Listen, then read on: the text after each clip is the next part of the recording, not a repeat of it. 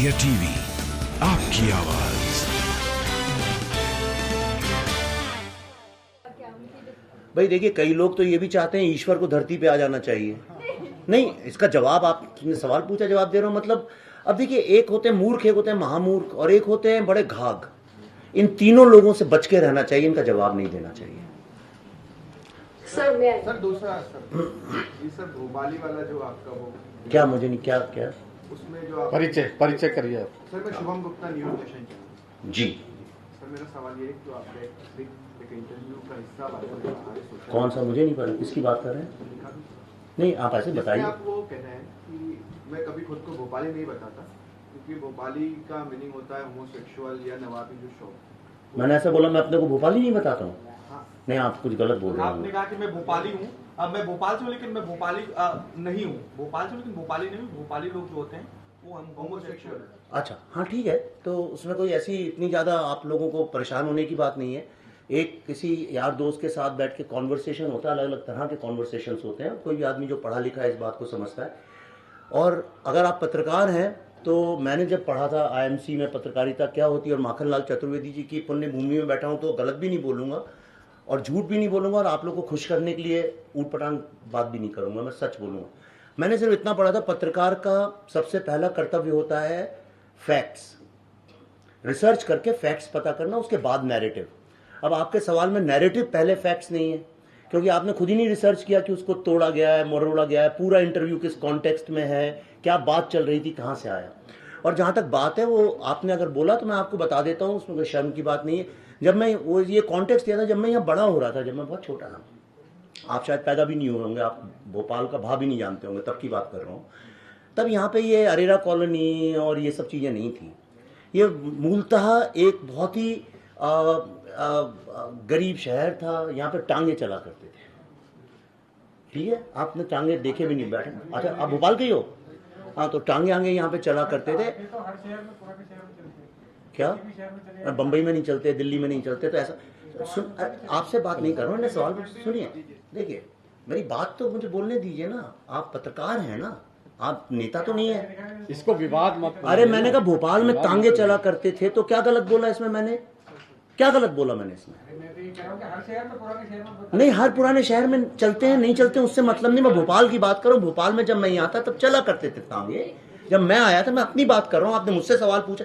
देखिए, मैं आपको एक बात बता देता हूँ, अगर आप पत्रकार की तरह बात, दीवार एक फिल्म थी, दीवार फिल्म में अमिताभ बच्चन और शशि कपूर एक ब्रिज के नीचे मिलते हैं। सबसे पहला सवाल अमिताभ बच्चन उनसे ये पूछते हैं, मुझसे बात करने वाला एक भाई है कि एक पुलिस ऑफिसर है? और कहता है जब तक एक भाई बात कर रहा है भाई जवाब देगा, जब एक चोर बात करेगा तब पुलिस ऑफिसर। आप नेताओं की तरह बात करेंगे, मैं नेताओं जैसे जवाब दूंगा। अगर आप पत्रकार की तरह बात करेंगे तो मैं एक बिल्कुल फिल्मकार की तरह से जवाब दूंगा, ठीक? तो किसी भी चीज को आज की तारीख में आप काट पीट के कॉन्टेक्स्ट चेंज करके कैसे भी कर सकते हैं, ठीक है? और ये सब क्यों हो रहा है? ये इसलिए हो रहा है क्योंकि लोग चाहते हैं कि कश्मीर का जो सच है लोगों के सामने ना है। 32 साल से जिन लोगों ने कश्मीर के ऊपर दुकानें खोली हैं, कश्मीर का जो आतंकवाद है इतना बड़ा व्यवसाय है कि उस व्यवसाय में कौन कहां घुसा हुआ है आप कल्पना भी नहीं कर सकते हैं। फतवे मेरे नाम पे इशू है, आपके नाम पे नहीं है।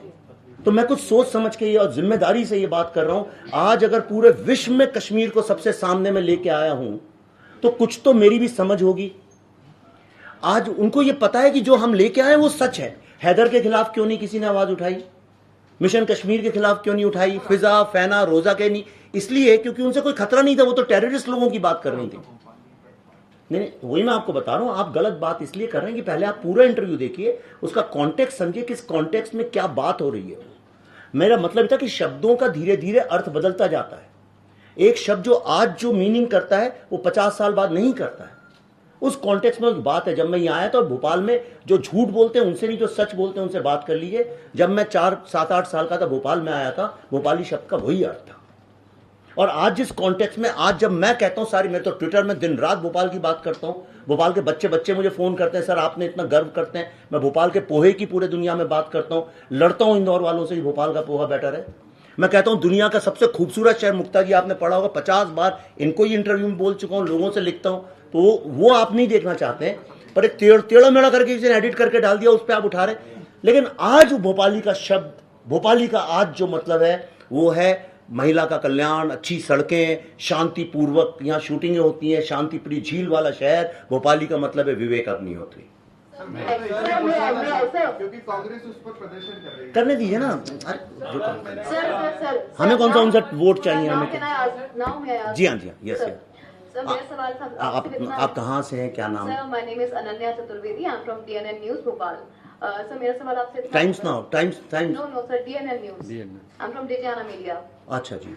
सर मेरा सवाल आपसे इतना है कि आप बॉलीवुड में आपने एक कह सकते हैं रिवॉल्यूशन लेके आए हैं इस मूवी को बनाने के बाद। काफी असर सब पे पड़ा है, काफी क्रिटिसाइज भी हुई मूवी, काफी इश्यूज भी हुए, काफी कंट्रोवर्सी भी हुई, लेकिन इसके बाद जो है बॉलीवुड से आप एक दहलीज पर है भविष्य की, यहाँ पर जो एक नई कह सकते हैं कि चीज लेके आ रही है, एक नया ट्रेंड लेकर आ रही है।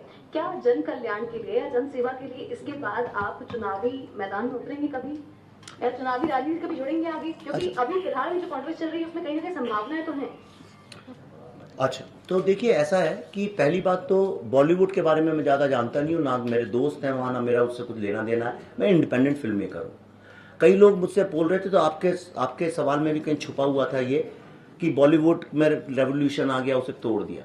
एक दो तरीके होते हैं। एक होता है कि पुरानी इमारत जो है उसको तोड़ा जाए और उस पर एक नई इमारत खड़ी की जाए।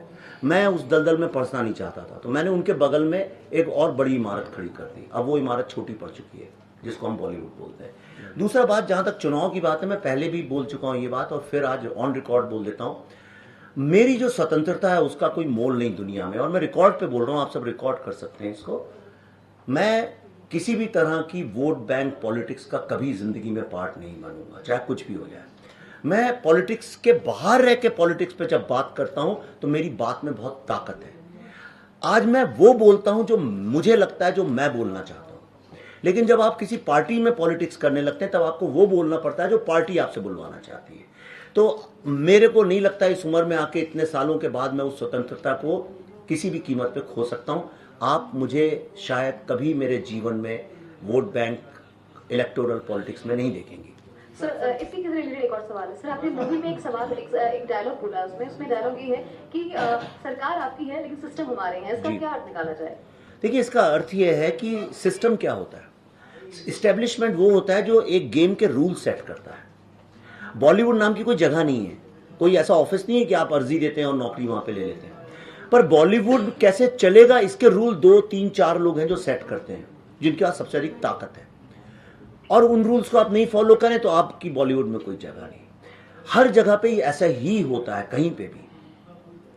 तो जो गवर्नमेंट कोई सी भी आए, लेकिन जो एस्टेब्लिशमेंट्स हैं, एस्टेब्लिशमेंट्स क्या, एजुकेशन का एस्टेब्लिशमेंट है, मीडिया का एस्टेब्लिशमेंट है, बॉलीवुड का एस्टेब्लिशमेंट है, एडमिनिस्ट्रेटिव सर्विसेज का एस्टेब्लिशमेंट है। मैं कुछ एक बोर्ड्स में हूं, लेकिन मुझे पता है होने के बावजूद भी मेरा उन पर कोई कंट्रोल नहीं, क्योंकि उस सिस्टम नीचे जो चलाने वाले लोग हैं वो कुछ अलग ही है वो। तो इसका अर्थ ये था कि सरकारें आने जाने से, आप ही बताइए, कोई एस्टेब्लिशमेंट बदला इंडिया का? जो एस्टेब्लिश्ड नॉर्म्स है वो नहीं बदलते। लास्ट वो बैठी हैं, आप बताइए। नहीं, इसलिए गलती से दिखती नहीं तो शायद कभी दिखती भी नहीं है। बिल्कुल सर। नमस्कार, मेरा नाम दिव्या रघुवंशी है। मैं साधना न्यूज मध्य प्रदेश, छत्तीसगढ़, राजस्थान। सामना क्या? साधना न्यूज। तो सर मेरा आपसे ये सवाल है, जिस तरीके से आपने द कश्मीर फाइल्स बनाकर भारतीय सिनेमा घरों में एक वास्तविकता को परोसा है, तो आगे भी ये प्रोसेस जारी रहेगी या बड़े बड़े ऐतिहासिक मुद्दों पर मूवी बनाना पसंद करेंगे? हाँ, हम तो 2010 में हमने फैसला किया था, फिर मैंने स्टार्स के साथ काम करना छोड़ दिया। हमने कहा हम राइटर और डायरेक्टर सबसे बड़े स्टार हैं, और तब से हमने कहा हमारी जो कॉर्पोरेट पॉलिसी है प्रोडक्शन की, हम बहुत छोटी सी हमारी कंपनी है, कि हम उन सब्जेक्ट्स पे फिल्म बनाएंगे जिस पे बनाने से लोग डरते हैं।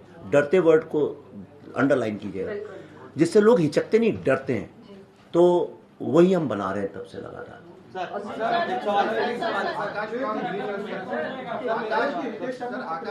आप लोग आपस में डिसाइड करके कौन पूछेगा वो एक दो तीन। मैं बहुत वक्त तक हूँ, देखिए 1-1.5 घंटे बैठूं, जब तक आप थक नहीं जाएंगे बैठूंगा। कोई जल्दबाजी ना करें, आराम से। आज आप भी तो मजे में प्रेस कॉन्फ्रेंस करिए, थोड़ा सा आप भी आनंद उठाइए।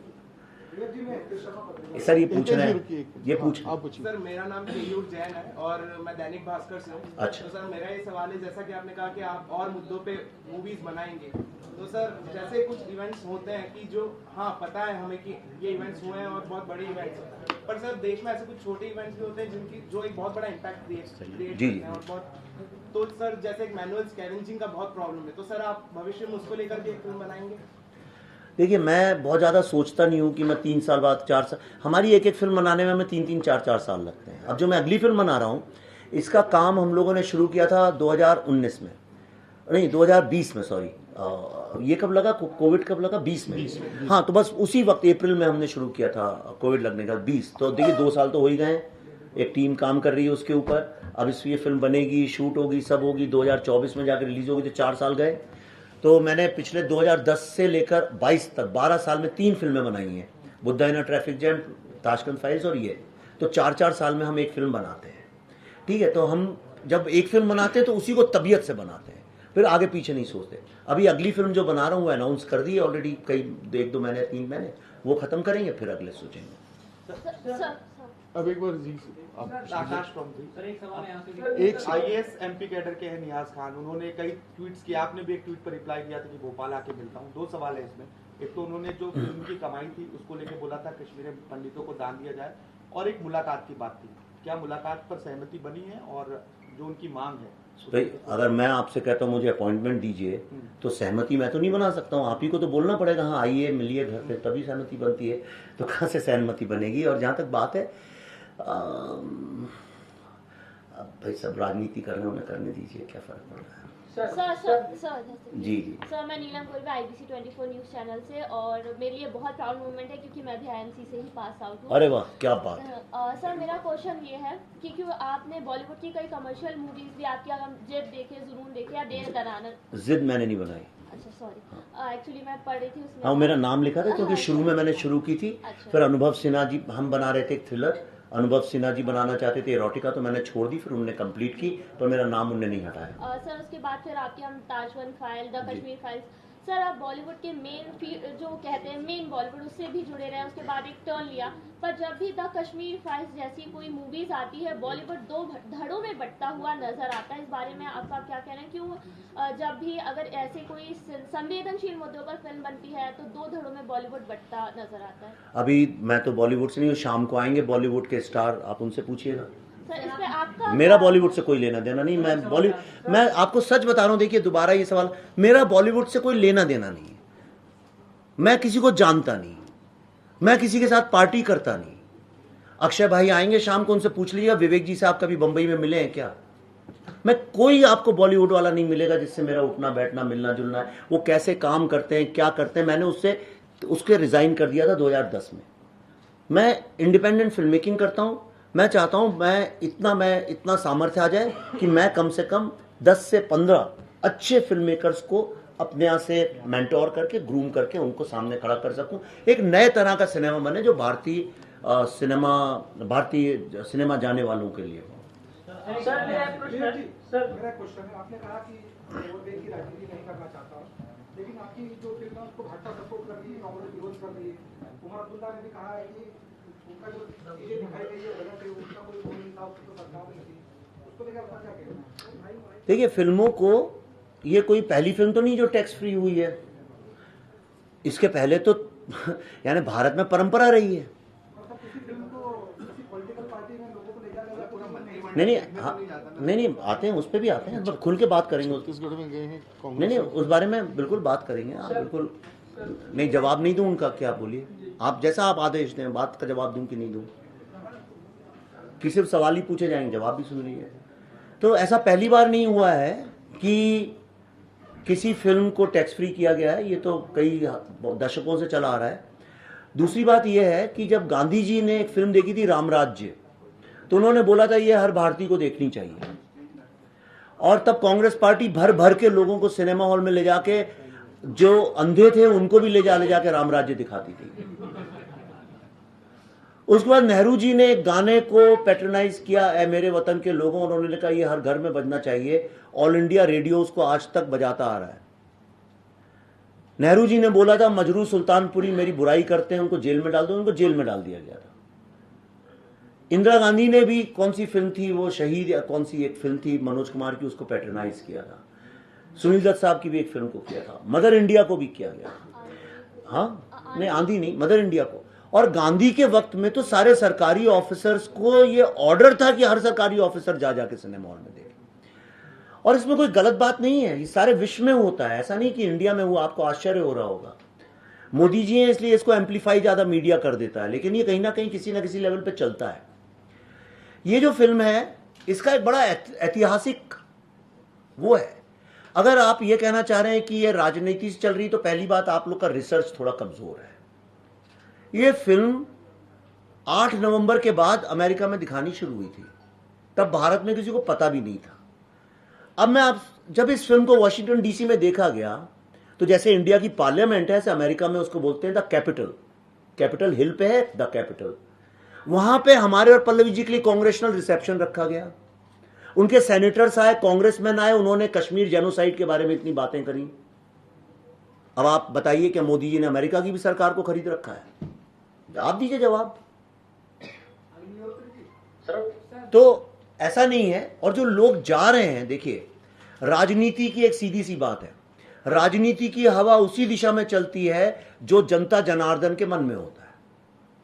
जनता जनार्दन देख रही है। आज 2 करोड़ लोगों ने यह फिल्म देखी है, लगभग 2 करोड़। आप किसी भी में आप देखिए, आप पत्रकार हैं, खुद रिसर्च करिए, किसी भी सिनेमा हॉल में चले जाइए, किसी भी कहीं भी किसी भी सिनेमा हॉल में चले जाइए, अपने किसी दोस्त से पूछ लीजिए जिसने देखी हो, उससे पूछिए कि उसको क्या सरकार ने भेजा था, क्या बिरयानी भेजी थी, कि जाके अपनी माँ के साथ रो वहां पे। तो जो लोग रो रहे हैं, आपको लगता है राजनीति है वो? किसी मेरे से नहीं पूछिए ना, आप सड़क चलते जिनने देखी है, यहाँ घूम रहे होंगे कई लोग जिन्हें देखी होगी, आप में से भी किसी ने देखी होगी। किसने देखी है, कोई बताए? आपको कहीं आंसू आए, कहीं दिल को दुख हुआ, तो आपको किसी ने बिरयानी तो नहीं भेजी थी कि भाई ये खा लो और दुखी हो जाना। फिल्म की भी नहीं, मैं समझ गया। और जो भर भर के लोग ले जा रहे हैं, वो उनकी राजनीति, मैं क्या कर सकता हूं उसके लिए? हाँ, मेरा उससे कोई लेना देना नहीं है। मोदी जी ने जो बोला वो सही बात बोली कि भाई सत्य है। अगर आपको लगता है आपके पास बेटर सत्य है, तो आप भी एक फिल्म बना लीजिए।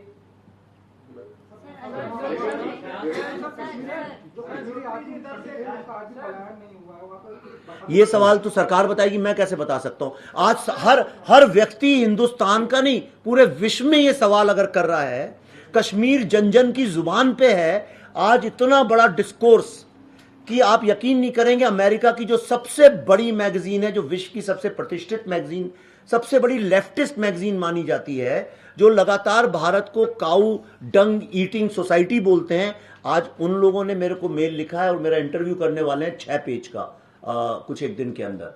राइट? तो मतलब सारा विश्व हमको इस बात पे कांग्रेस भाई कैपिटल हिल में अगर बुलाया गया, तो एक फिल्म ने अगर इतनी जन जागृति की है, तो उसका सवाल उससे पूछें, और जो बाकी सवाल है वो उन लोगों से पूछिए। आता हूं मैं। आपने जो फिल्म बनाई है, आप कहाँ से, नाम बताएं। तो आपको लगता है वर्तमान में ऐसा कौन सा विषय है जिस तरफ आपकी अगली फिल्म बन सकती है? मैंने अनाउंस तो कर दिया था, दिल्ली फाइल्स नाम से एक फिल्म। विवेक जी, एक सवाल था। कहाँ से हैं आप? नाम स्वराज एक्सप्रेस से जी। सवाल था सर, मध्य प्रदेश के पूर्व मुख्यमंत्री दिग्विजय सिंह ने एक ऑफर आपको दिया है। क्या? जब मध्य प्रदेश के सीएम ने उनसे कहा कि हम आपको आमंत्रण दे रहे हैं कि आप कश्मीर फाइल्स देखने आइए, तो उन्होंने कहा है कि हम एक पत्र विवेक जी को लिख रहे हैं, और उसमें बहुत सारे उन्होंने जिक्र किए हैं कि व्यापम फाइल्स जैसी अगर आप बनाते हैं तो उसका पूरा बजट वो देंगे। तो इस पर आप क्या? ये उनका आशीर्वाद है कि उनको लगता है कि सारे भारत के सत्य बताने का ईश्वर ने मेरे को ही आशीर्वाद दिया है। वो इतने साल राजनीति में रहे, कुछ एक सत्य या झूठ जो चाहे वो बता सकते हैं, पर अगर उनका इतना प्रेम है मुझसे, उन पर भरोसा है मुझ पर, तो मुझे उसके लिए बहुत बहुत धन्यवाद उनका। कहाँ नव भारत से हैं सर?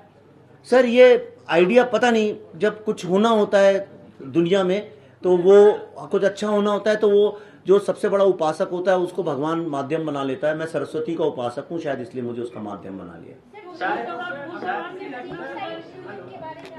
हाँ ठीक है, ये एक अच्छा आपने पूछा है। उद्घाटन कार्यक्रम 6 बजे। आप जब बोले थे, ये बड़ा अच्छा सवाल आपने किया है। आज सुबह जब मैं मुख्यमंत्री जी से मिला, तो वहाँ उनने पौधारोपण के लिए हम लोग गए थे, तो वहाँ मैंने उनसे एक निवेदन किया कि ये जो पौधे हैं इनके नाम रखे जाएं शिव और शारदा। शिव और शारदा मतलब शिव और सरस्वती। भारत के कण कण में शिव और सरस्वती मिलते हैं, हर घर में हर स्कूल में सरस्वती की उपासना होती है, और ये दोनों कश्मीर के देवी देवता हैं। और फिर एक तीसरा पौधा भी था, तो उन्होंने कहा अरे एक तीसरा भी पौधा है, इसका क्या नाम सोचा नहीं, क्या रखें, तो मैंने कहा उसका नाम श्यामा रख दीजिए, श्यामा प्रसाद मुखर्जी जी के नाम पे, जिनने बलिदान अपने जीवन का कश्मीर के लिए किया। उसके बाद प्रेस कॉन्फ्रेंस थी, अचानक जब बात चली, कई कश्मीरी महिलाएं थीं जो रो रही थीं, आप अगर वहाँ थीं आपने देखा होगा, मुझसे बहुत चिपक के रो रही थीं वो।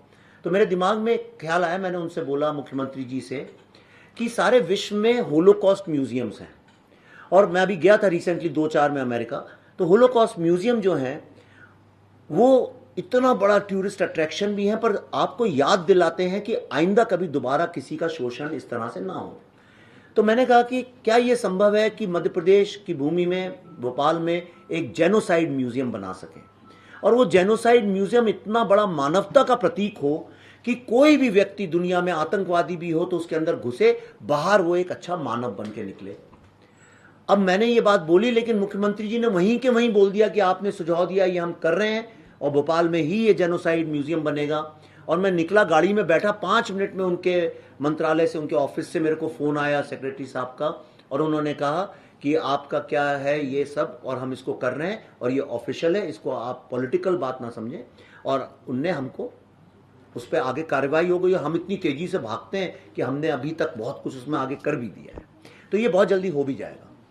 अच्छा, दूसरी बात मैं ये बताना चाहता हूं, मैंने ये भी बोला उनको कि आप हमें सिर्फ जगह दें, बाकी हमें आपसे कोई आर्थिक मदद नहीं चाहिए, ये सब जो मैं करूंगा अपने सामर्थ्य से जो भी होगा आर्थिक, और ये भारत की और विदेश की जनता इसमें अपना कंट्रीब्यूशन करके इसको खड़ा करेंगे।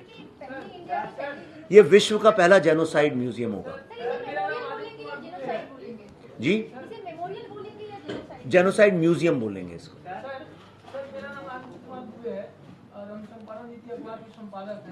और द वायर में तो छपा है कि कश्मीर फाइल्स एक प्रोपेगेंडा फिल्म है जिसका मकसद मुस्लिमों के खिलाफ भावनाएं भड़काना है, आपका इस पे क्या विचार है सर? आपने फिल्म देखी है? सर हमने फिल्म नहीं देखा सर। अच्छा, आप एक बार फिल्म देखिए, और अगर उसका मकसद ऐसा होता तो ये संभव ही नहीं था कि लोग भर भर के रोते, है ना। और दूसरा, आज ये हो गया दुनिया भर में लोग जा जाके जहां भी कोई कश्मीरी हिंदू दिखता है उसको गले लगा रहे हैं और कह रहे हैं आई एम सॉरी। मानवता का इससे बड़ा उदाहरण कहां मिलेगा? बाहर अभी मैंने वीडियोस आए हैं जो मैंने डाले भी हैं, कुछ एक अमेरिकन लोग, ब्लैक लोग किसी हिंदुस्तानी को देखते हैं तो उसको गले लगा लेते हैं और कहते हैं आई एम सॉरी। एक फिल्म ने इतनी बड़ी मानवता को लेके जन जागृति की है, और 2 करोड़ जैसे मैंने कहा लोग, उनको कोई शिकायत नहीं है। तो जो सिनेमा के अंदर जो लोग फिल्म देखने जा रहे हैं वो अंदर इस दर्द और पीड़ा की कहानी को देख के रो रहे हैं, और जो लोग बाहर बैठे हैं इस फिल्म को नहीं देख रहे हैं वो इस बात पे रो रहे हैं कि ये लोग फिल्म देख के रो रहे हैं। तो आप शायद इनकी बात कर रहे हैं जो बाहर बैठ के रो रहे हैं कि ये फिल्म इतनी सफल क्यों हो रही है। सर मेरा नाम शिवम शर्मा है, हिंदुस्तान। आप हैं कहाँ? अरे हाँ सॉरी, हाँ वो लाइटें आती हैं ना बेटा, दिखती नहीं है शक्ल। हाँ सर, कश्मीर फाइल्स में से कुछ सीन्स काटे गए हैं फिल्म बोर्ड के द्वारा, तो पहले भी ऐसी कई फिल्म्स आई हैं जिसमें यानी ऐसे बहुत सेंसिटिव सीन्स थे, तो इस पे आपका क्या कहना है? अब देखिए, वो एक व्यवस्था है, कई सालों से चली आ रही है, उस व्यवस्था में कुछ उसके कायदे कानून हैं जो कॉन्स्टिट्यूशनल कायदे कानून हैं। तो कई बार क्या होता है, उन कायदे कानूनों की आदत पड़ जाती है लोगों को, तो अभी भी पुराने तरीके से ही देखते हैं। ज़माना बदल गया है, आज सोच अलग है। तो जैसे 18+ का जो सर्टिफिकेशन है वो एक मजबूरी है जो करना पड़ता है, राइट, क्योंकि वो पुराना एक चल रहा है। लेकिन आज देखिए 18 साल पहले, आज से 20 साल पहले जो 18 साल का बच्चा था और आज जो 18 साल का है, दोनों की समझ में, अवेयरनेस में बहुत ज़मीन आसमान का अंतर है। पर अब फिल्म आप रिलीज हो चुकी है, दुनिया देख रही है, तो मैं तो ये कहूँगा बीती ताई बिसारी दे। कहाँ से?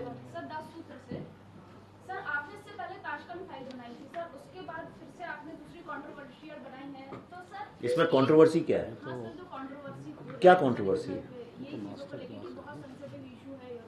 नहीं एक सेकंड, नहीं हम शब्द से, फिल्म में क्या कुछ कंट्रोवर्शियल है अंदर? फिल्म के अंदर, बाहर कुछ लोग कंट्रोवर्सी कर रहे हैं, हाँ, तो उसका मेरे को कोई मतलब नहीं। जब हमने शुरू किया था तभी डिसाइड किया था, आपने शायद पढ़ा नहीं होगा तब, कि हम 3 फिल्में बना रहे हैं। इसको ट्रिलॉजी बोलते हैं फिल्म इंडस्ट्री में, फिल्म लाइन में, मतलब एक 3 फिल्में बनाने का एक ऐसा रहता है। कि कोई थीम इतनी बड़ी हो तो उसके ऊपर आपको एक नहीं 2 या 3 इंटरप्रिटेशंस चाहिए होते हैं। तो इंडियन डेमोक्रेसी में जो आप 3 शेर देखती हैं, 3 शेर क्या हैं? तो मैंने सोचा कि 3 बुनियाद क्या हैं, कौन से वो पिलर्स हैं, स्तंभ हैं जिस पे एक प्रजातंत्र टिका होता है। मुझे लगा वो 3 पिलर्स हैं। पहला है सत्य, दूसरा है न्याय और तीसरा है आज़ादी, मतलब ट्रूथ, जस्टिस एंड फ्रीडम। तो मेरी पहली जो फिल्म थी वो राइट टू ट्रूथ थी, ये वाली फिल्म राइट टू जस्टिस है, और अगली जो आ रही है वो राइट टू लाइफ है, विच इज फ्रीडम। विवेक जी, मैं पूछना चाहता हूँ। कहाँ से? मैं गिरीश उपाध्याय हूँ, यहाँ सीनियर जर्नलिस्ट हूँ। फ्रीलांस करते दो चीजें हैं। आप फ्रीलांसर हैं? हाँ, 2 चीजें हैं। एक तो ये है कि आपने कहा कि आप बॉलीवुड से नहीं हैं, तो बॉलीवुड से बाहर होकर आपने जो फिल्म बनाई वो 300 करोड़ का बिजनेस भी कर रही, तो क्या आप एक ये देखते हैं संभावना कि अब बॉलीवुड से बाहर भी एक नया फिल्म का संसार डेवलप होगा जो इस तरीके की विषय प्रधान फिल्में बनाएगा? नंबर 1। नंबर 2, कल मुख्यमंत्री ने यहाँ कहा कि अगर भारतीय मूल्यों पर आधारित फिल्में बनाई जाएंगी तो हम उसकी मदद करेंगे। आप इसमें कौन सी संभावनाएं देखते हैं? देखिए, बहुत अच्छा सवाल आपने पूछा, मुझे बहुत अच्छा लगा बहुत कि आपने इतना गंभीर सवाल पूछा, और ये एक रचना यानी कंस्ट्रक्टिव सवाल है। देखिए, इसको समझना ऐसे पड़ेगा कि जो जिसको आप बॉलीवुड कहते हैं ये कोई जगह नहीं है, कोई फैक्ट्री या ऑफिस नहीं है कि आप सुबह 9 बजे जाए। ये एक माइंड सेट है, ये एक विचार है, आप एक काम करने की शैली है, और इस माइंड सेट को पूरी तरह से उन एलिट्स ने टेक ओवर कर लिया था जो भारत से बिल्कुल कटे फटे हैं। मतलब 3rd generation film, Raj Kapoor जी के 3रे जनरेशन के बच्चे, यश चोपड़ा जी के 2रे जनरेशन के बच्चे, ऐसे जो बंबई में ही बड़े हुए और उनने बाकी दुनिया देखी नहीं, स्विट्जरलैंड, लंदन वगैरह में पढ़ाई करके आए थे। ये पूरी की पूरी जो फिल्म की कहानियां, ऐसा नहीं कि बॉलीवुड हमेशा से खराब था। मैं आपको सच तक, आप अमिताभ ज़्यादा पीछे नहीं जाते राज कपूर और बिमल रॉय वगैरह पे। इवन अमिताभ बच्चन की जो फिल्में हैं वो समाज से लड़ाई लड़ रहा है, वो हीरो, वो जमींदार से लड़ रहा है, वो करप्ट ऑफिसर पुलिस वाले से लड़ रहा है, वो शोषण से लड़ रहा है, मिल ओनर से लड़ रहा है, वो गरीबों के लिए लड़ रहा है। तो वो एक विचारधारा जो समाज से जुड़ी तो थी, रोटी कपड़ा मकान भारत की समस्या से जुड़ी थी। लेकिन हुआ क्या, ये जब 3rd जनरेशन ने टेक ओवर किया, इनके भारत के बारे में कुछ जानते नहीं थे, तो इन्होंने बोला इसके बारे में फिल्म कैसे बनाएं। तो जो जानते थे उसके बारे में बनाने लगे। चूंकि ये खुद NRI जैसे ही थे, बाहर ही रहे पढ़े, तो इन्हें NRIs पे फिल्म बनानी शुरू कर दी। ये पूरा जो लिबरलाइजेशन के बाद का जो पीरियड है 20-25 साल का, इसमें आप देखिए सारी फिल्में NRIs के ऊपर बनी है, या NRIs द्वारा बनाई गई हैं, या NRIs के लिए बनाई गई। यही कारण है कि जब वो एक, मैं किसी की बुराई नहीं कर रहा हूं, प्लीज मेरे को गलत अर्थ में ना ले लें। कल को 5 साल बाद कहेंगे आपके वो देखिए ये बोला था, वो कब की बात कहाँ वीडियो में उल्टी सीधी होती है, इसलिए मैं ईश्वर को साक्षी मान के साथ। अब जैसे बरेली की बर्फी, बहुत अच्छी फिल्म है, मुझे भी बहुत अच्छी लगी, लेकिन वो बरेली नहीं है। बरेली में वैसी बर्फियां नहीं बिकती हैं। बरेली की बर्फी के ऊपर मक्खियां घूमती रहती हैं। अब आपने ऐसी बर्फी दिखा दी जो कि एक अमेरिका के हो, उसमें रिटेल शॉप में मिलती है, प्रॉपर एयर कंडीशन में ढकी हुई, खूबसूरत, एकदम अच्छी सी, आपने वो कर दी। तो मतलब ये है कि जो बॉलीवुड है, इसने जो यूथ क्रिएट, आज यहाँ जो बच्चे बैठे थे, मैं इंडिया में जगह जगह भाषण देने जाता हूँ, ऐसा ही होता है यूथ सब जगह। आप यूपी जाएं तो थोड़ा डिफरेंट होगा, तमिल, पर उनके एस्पिरेशन, उनकी समस्याएं, उनका बिहेवियर एक ही होता है। लेकिन हिंदी जो बॉलीवुड की फिल्में, उनमें यूथ कैसा दिखाते हैं? ना तो उसको देश से मतलब है, ना समाज से मतलब है, ना परिवार से मतलब है, उसे किसी चीज से मतलब ही नहीं है। उसकी एक अलग स्टूडेंट ऑफ द ईयर है, पता नहीं उसकी एक अलग समस्या, बास्केटबॉल खेलता है। मैंने तो इतने साल में बड़ा हुआ हूं, जब मैं युवा था मैंने किसी को बास्केटबॉल खेलते नहीं देखा इंडिया में, गुल्ली डंडा खेलते हुए देखा है। तो ये विदेश के रग्बी, बास्केटबॉल ला ला के, और ये कहना ये भारत का स्टूडेंट है, ये जो बॉलीवुड ने झूठ क्रिएट किया है पूरा हमारे सामने, झूठी देशभक्ति। अच्छा कश्मीर चल गई, अच्छा देश लगता है कि इस तरह की फिल्में चल रही हैं। अब झूठ मूठ के अगले देखिएगा, अगले 2-3 साल तक झूठ में लगेगा शायद ये हिंदू लोग देख रहे हैं, तो हिंदुओं को ऊपर उठाने के लिए झूठ मूठ का हिंदुइज्म क्रिएट करेंगे। एब्सोल्युटली गलत होगा, झूठ होगा। इसलिए मैं 4 साल फिल्म बनाता हूं, उनमें से 3 साल रिसर्च करता हूं, और जो उसकी आत्मा है समस्या की, उसको पकड़ के फिर उस पर फिल्म बनाता हूं। इसलिए मैं इन लोगों से अलग हूं।